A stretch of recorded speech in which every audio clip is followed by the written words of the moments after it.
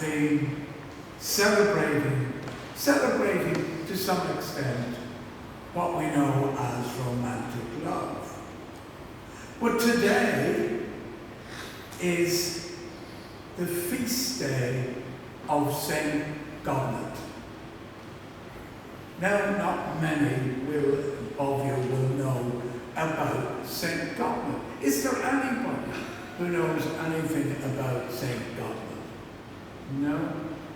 It's a bit sad, this, because St. Godlet, I think, as I've lately discovered, well, she was quite a woman. And today is her feast day. And indeed, she hailed from County Cork. And there is a beautiful stained glass window dedicated to her in the Honan Chapel in Cork University. A Harry Clark stained glass window. If you're ever in Cork, I haven't seen it, but I'm going to make it my business the next time I'm in Cork to go and see this beautiful stained glass window by the renowned Harry Clark. Now, what is she the saint of? Valentine, the saint of love. Christopher, was Christopher for helping you get things or find things? And on your journey, he'd help you get there. And believe it or not, my aunt, who is since deceased, who was a Franciscan nun, she told me that Joseph is, if you need a house or a home, pray to St. Joseph, and you'll know sooner you finish the prayer and it'll be answered. So St. Joseph is the man for that. But let's get back to Godlet. Godlet, in the stained glass window, there are beautiful depictions of bees. Bees. A legend has it that she once saw off a brigand, a bad lad, by sending a swarm of bees after him and making him restore the cattle he had stolen. So that's St. Godlet for you. St. Godlet was, in other words, the patron saint of bees and beekeepers. And I'm sure, ask, if you know any beekeepers, ask them one. Do they know about St. Godlet? If they don't, they should. Because she's the patron saint of bees and beekeepers. She developed a lifelong affinity with bees. And, of course, through that, she developed an understanding of healing. Let's talk a little bit about bees. As we know, bees produce honey. And as well as being delicious, honey has healing powers. And Godlet understood this. So as well as putting honey on her toast, presuming she had toast, she applied it to wounds and other skin tissue damage of people she came in contact with who needed her healing powers through the honey. And even to this day, many still believe in honey's healing powers. Honey has antioxidant and bacterial and anti-inflammatory properties that help honey heal. We might remember that incredible scene in the film The English Patient, who was badly burned, and honey was applied to all of his body to help him heal. So in the Middle East, honey is used for healing purposes. Now, what else is honey or is used in the name of honey? Well, this led in the Middle Ages, because of the nature of honey, in the Middle Ages to honey being also used as a term of endearment. Because honey was sought after, it was very expensive in the Middle Ages, and it was valuable. So people began to use it as a term of endearment to show how precious their loved one was, to refer to their partner in an affectionate term as honey. And even to this day, it was used and still used in contemporary songs. Brian, you might remember, Honey, I Miss You. Do people remember that? Oh, honey, I miss you. By Bobby Goldsboro. No? And there was a line in it that you most certainly wouldn't get away with today. Bobby Goldsboro recorded Honey, I Miss You in 1968. And I most certainly would not get away with this today.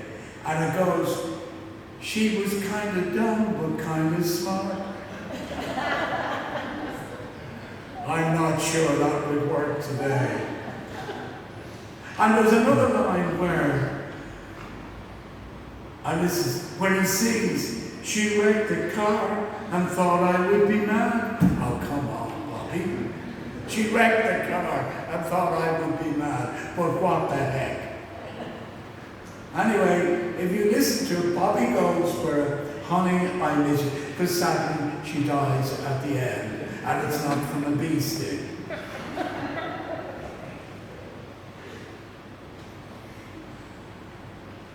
Now, of course, honey was mentioned by Moses. And not the same honey who crashed the car. Moses claimed that God called on him to lead the slaves from Egypt to the promised land that will flow with milk and honey. And some parents, even to this day, call their children honey. I don't mean just as an affectionate term, but they actually have them baptized or christened with the name honey. Jamie Oliver's little girl is honey, and Kate Winslet's little girl is honey. The word honey is an Old English name that means nectar. It's an Old English name meaning nectar, and was also can mean sweetie, or it can also mean darling, which is also a name, as well as calling somebody darling. Do you remember the politician Alistair Darling? And also in Blackadder, Darling. And when the major kept referring, sometimes saying, darling, darling, yes sir, no, not you, I'm talking to her, darling. No. And there was always this great confusion and great comedy between that. And in Psalm 35:17, in some English translations, Jesus is referred to as the darling of heaven. The darling of heaven. And of course, also, a little bit like honey, darling can also be used as a first name for a girl. And it has English, Scottish roots in that, using the term darling, using the name darling as a first name. Now, it could get you into trouble as well, because there was a time that many men called every woman darling. All right, darling, you're here in London. The stallholders in London. But only recently there was a case in England where a woman complained because one of her fellow employees kept referring to her as darling. And her case was upheld and he was asked not to. So, as you can see, if you go to London though, you'll see fine stallholders, and in pubs, people still use the term darling to every customer. Or maybe not every customer. No, I don't think I've ever been referred to it. No. Every customer bar me, you'll hear saying, can I help you, darling? but now frowned upon in the workplace. So you wonder to yourself, or maybe you don't, but I do, that somewhere somebody in this island or islands on a very special day is saying, honey darling, I love you. Honey darling being their name. I love you. Which of course brings me on to the word love. And that's why we're singing today, that's why I'm wearing my tie, and that's why on Wednesday we'll be all going out to dinner with our loved ones or whatever. Somebody said, no, I heard a rumble or something. Because love, as well as changing everything, is also a name. And sadly, in the last couple of weeks, we lost a much loved love here in Belfast. Anybody? Walter. No. Walter. Passed away? Walter. Walter, did somebody say Walter? Exactly. Walter Love, who hosted Radio Ulster's Day by Day and Love in the Afternoon. Now, he was a good age, 88, but sadly, he was a lovely guy, Walter Love.